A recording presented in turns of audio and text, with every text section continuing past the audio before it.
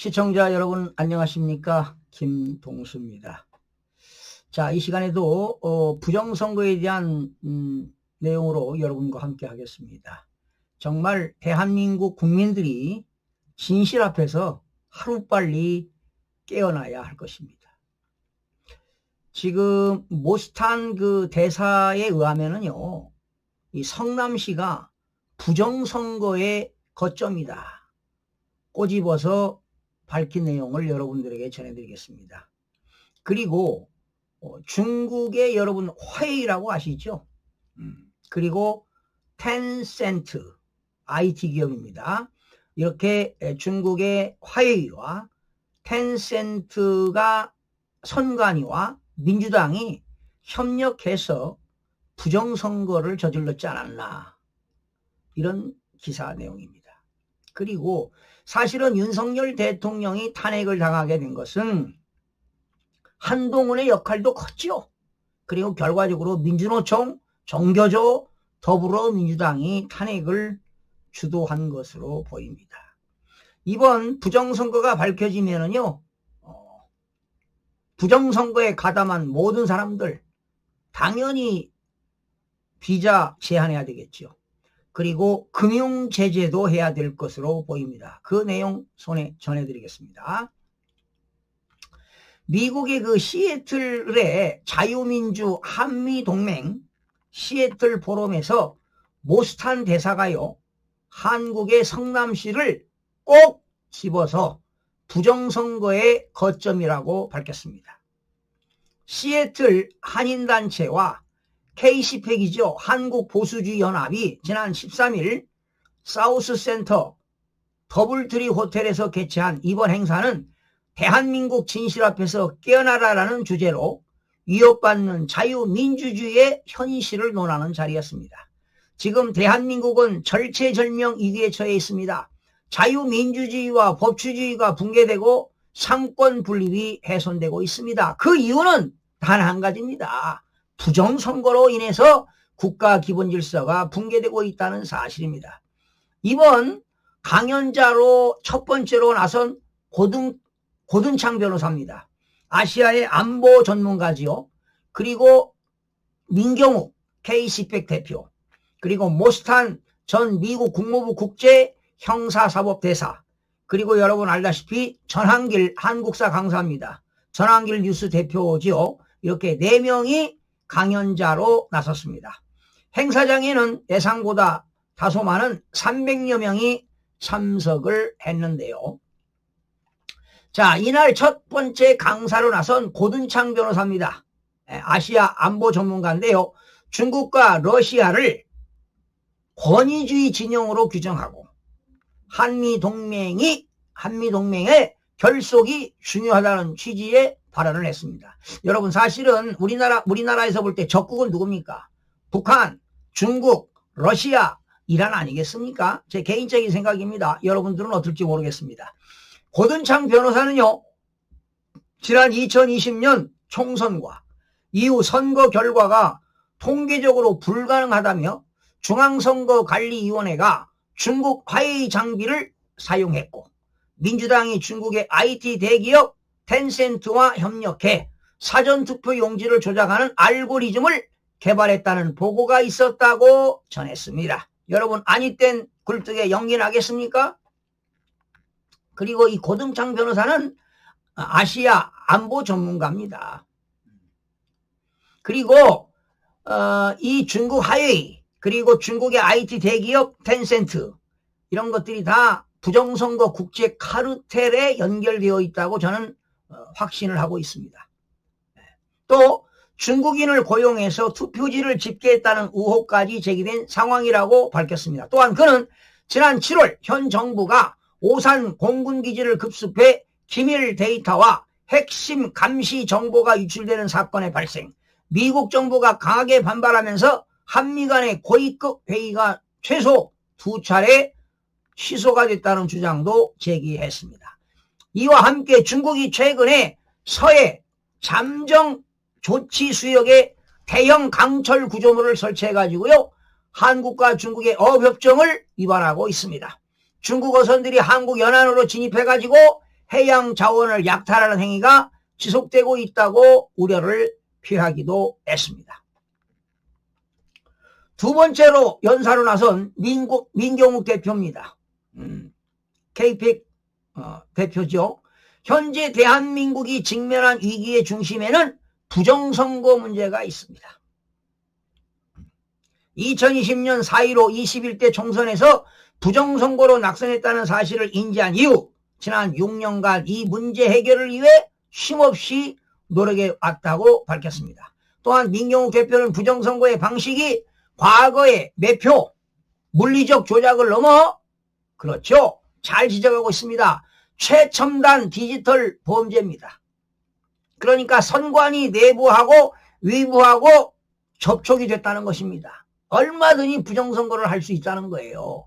바로 최첨단 디지털 범죄라는 겁니다. 즉 사전투표 및 개표 장비가 서버와 연결되어 있다. 사전투표한 거와 개표 장비가 서버와 연결되어 있어 무선통신 환경에서는 참관인 감시에 한계가 있다고 전했습니다. 아울러 윤석열 전 대통령의 비상조치 역시 부정선거 문제 제기와 연관되어 있다고 밝혔습니다. 당시 중앙선거관리위원회 서버 확보 시도가 있었다며 그렇죠. 그래서 윤석열 대통령이 비상계엄을 하고 여의도 국회보다 선관위를 더 많이 보냈다는 거 아니겠습니까? 바로 서버 확보 시도가 있었습니다.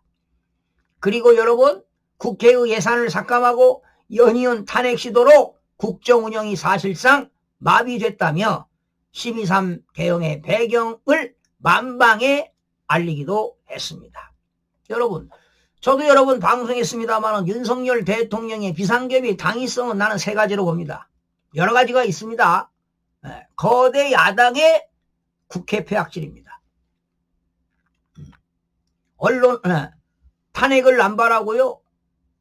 또 많은 입법 구태타를 했습니다. 자기들 더불어민주당에서 입법을 발의한 거 아닙니까? 입법 구태타 아닙니까? 그리고 탄핵을 수십 번 남발하고 또 국정이 마비되도록 예산을 삭감하고 오로지 이재명 사법 리스크에 올인하지 않았습니까? 그리고 가장 중요한 건 부정선거의 진실규명입니다. 그리고 대한민국의 반국가 세력들이暗묵하고 있습니다. 이걸 척결하기 위해서 비상계엄을 한 거라고 저는 뒤늦게 알게 되었지요. 이게 당위성이라고 보는 겁니다. 그리고 KCPEC USA 의장을 맡고 있는 모스탄 전 대사는 지난 2020년 미국의 대선 도둑맞은 선거로 규정하며 바로 영국과 홍콩뿐만 아니라 한국 성남시를 거점으로 한 사이버 개입이 2020년 미국 대선 당시 트럼프 후보의 표를 삭제하는데 관여했다고도 주장했습니다. 바로 그는 모스탄 대사는 한국의 중앙선거관리위원회가 있죠. 과천에 있습니다. 그리고 세계선거기관협의회 AF입니다. 이게 어디 있습니까? 한국에 있어요. 인천 연수구에 있습니다. 그리고 수원의 선거연수원에 AF 서울 사무소가 있었는데 이 간판 다 없애버렸죠. 왜 없앴습니까? 중앙선거관리위원회가. 바로 전자선거 부정을 전 세계로 수출하는 통로가 되었다는 거라고 탄 대사가 지적했습니다. 그리고 이에 트럼프 행정부가 관련 원조 예산의 80% 이상을 삭감했다고 상기시키기도 했습니다. 한국산 하드웨어와 중국산 화웨이 부품, 베네수엘라 소프트웨어, 이 베네수엘라 소프트웨어는요 스마트 매직 회사가 따로 있어요. 그래서 베네수엘라 소프트웨어가 결합된 부정선거 메커니즘이 전 세계 좌익 세력의 집권을 돕고 있다고 전했습니다. 그래서 베네수엘라의 그 소프트웨어가 아마 중국의 화웨이로 넘어간 거라고 보시면 될 것 같습니다. 탄 대사는 12.3 비상계엄에도 헌법 77조를 강조했네요. 77조에 따른 정당한 권한 행사였다. 마비된 국정과 대간첩작전 역량을 복구하기 위한 국가적 결단이었다고 평가했습니다. 이런 것들이 밝혀지면 윤석열 대통령은 위대한 대통령으로 남지 않을까 이런 생각도 해봅니다. 여러분 참고로 우리나라 헌법 제77조 1항은 뭡니까? 대통령은 전시사변 또는 이에 준하는, 여러분 요즘 전시사변이라는 게 총칼만 들었다고 전시사변이 아닙니다. 예, 인터넷 해킹으로, 예, IT 해킹으로 지금 심각한 전쟁이 벌어지고 있다고 봐도 과언이 아니지요. 이러한 이에 준하는 국가 비상사태에 있어서 병력으로서 군사상의 필요에 응하거나 공공의 안녕 질서를 유지할 필요가 있을 때는 바로 법률이 정하는 바에 의하여 개헌을 선포할 수 있다. 헌법에도 나와 있고 개헌법에도 나와 있어요. 이렇게 개헌을 선포할 수 있습니다. 그리고 국회 동의에 의해서 6시간 만에 개헌을 해제하지 않았습니까? 또한 현재 윤석열 대통령이 겪고 있는 독방 감금과 재수사는 일사부재리의 원칙과 국제인권 기준인 넬슨 만델라법을 정면으로 위반한 명백한 정치 탄압이라고 규정했습니다. 아울러 한국인의 80%가 중공에 반대하는데도 친중 인사가 집권한 것은 여론조사와 선거가 철저히 조작되었기 때문이라고 강하게 주장했습니다. 그러면서 탄대사는 미국 행정부 내에서도 한국의 상황을 엄중하게 보고 있다며 마르라고에서의 대화를 인용해 한국 내 쿠데타적 상황에 대해 이 쿠데타한 사람들 다 비자를 제한해야 됩니다. 그리고 이자들은 금융을 제재해야 됩니다. 카드를 쓸 수 없게 만들어야 돼. 오로지 월급 받으면 현찰로만 쓸 수 있게 하는 것이지요. 온라인 송금, 입금, 출금 안 됩니다. 이렇게 금융 제재해야 됩니다. 그리고 모든 자금을 차단하는 등 강력한 제재 카드가 지금 미국 행정부에서 논의되고 있다는 사실입니다. 그렇다면 이재명이는 금융 제재 당할 수 있습니다, 여러분. 그리고 여러분 탄핵 주도는 누가 했습니까? 민주노총, 정교조, 더불어민주당이 탄핵을 주도했습니다. 거기에 국민의힘 한동훈이가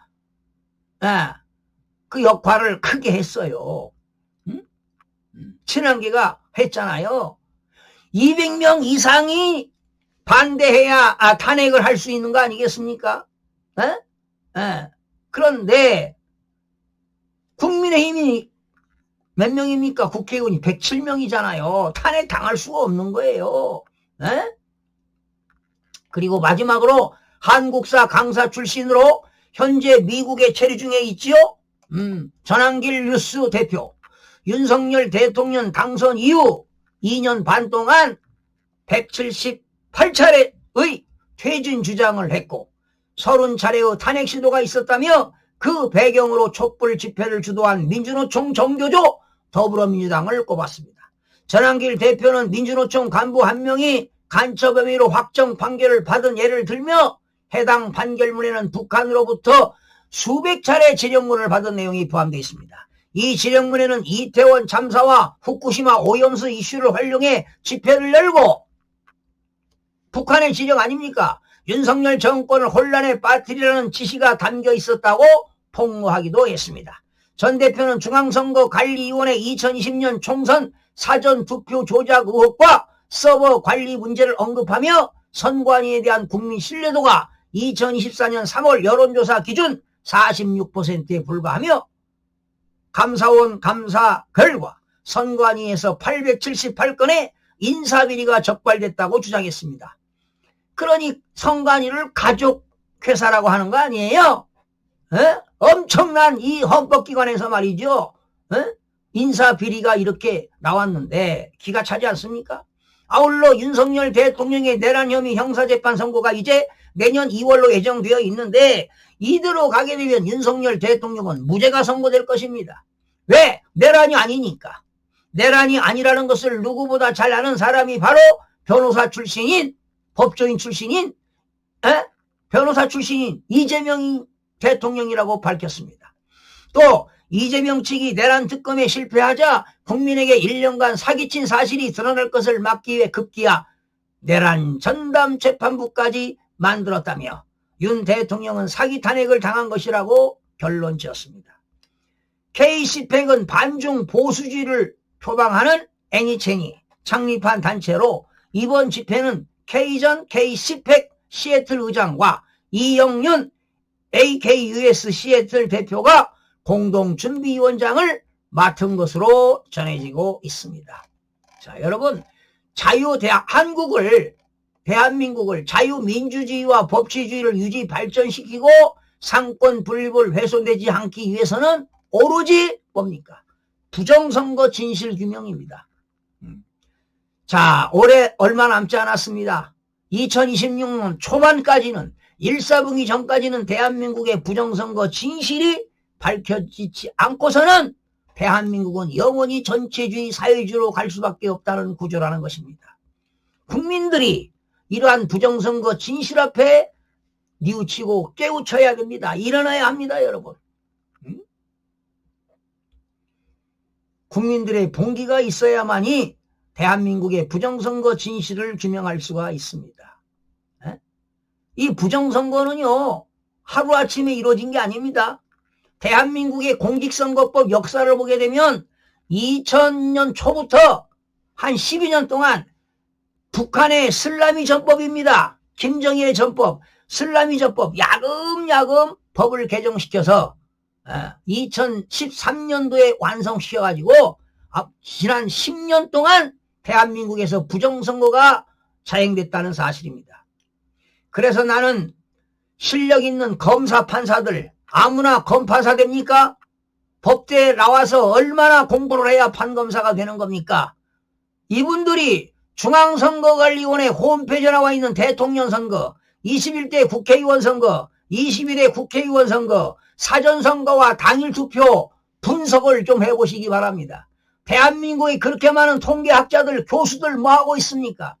일부 교수 중에는 통계학자 중에는 대한민국의 선거는 100%, 1000%, 1000% 부정선거라고 외치고 있습니다만은 통계학 어느 교수,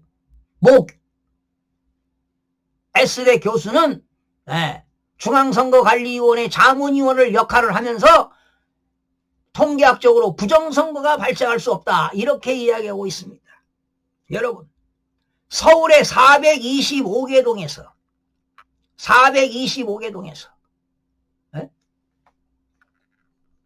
사전선거에서 전부 다 민주당이 이겼습니다. 국민의힘은 한 곳이 이긴 곳이 없습니다. 425대 0입니다. 부산에는 동이 192개 동이 있습니다. 부산에도 192개 동에서 사전선거는 민주당이 승리했습니다. 경기도에는 동이 599개 동이 있는데 사전선거는 599대 0으로 민주당이 승리를 했습니다. 인천에서는 156개 동이 있는데 사전선거에서 156대 0으로 민주당이 승리했습니다. 대전에서는 82개 동이 있습니다. 그러나 82개 동에서 민주당이 다 승리했다는 사실입니다. 이건 있을 수가 없는 얘기입니다. 그러니 국민의힘 당도 부정선거 공범당이라고 저는 보는 것입니다. 이제 여당, 야당을 따지지 말고 대한민국의 민주주의 꽃인 부정선거를 밝히지 못하면 대한민국은 전체주의 사회주의로 간다는 사실을, 중국의 속국이 된다는 사실을 국민 여러분들이 깨달아야 할 것입니다. 그래서 한 사람이라도 대한민국의 부정선거를 알려서 부정선거 진실규명이 이루어지기를 국민 여러분들한테 호소하는 바입니다. 그래야 돌아오는 6.3 지방선거, 공직선거법에 의하여 공정성과 투명성에 의해서 선거가 이루어져야만이 자유민주주의와 법치주의를 지킬 수 있다는 사실을 국민 여러분들이 알아야 할 것입니다. 하루빨리 부정선거가 밝혀지기를 학수고대 해봅니다. 여러분 고맙습니다.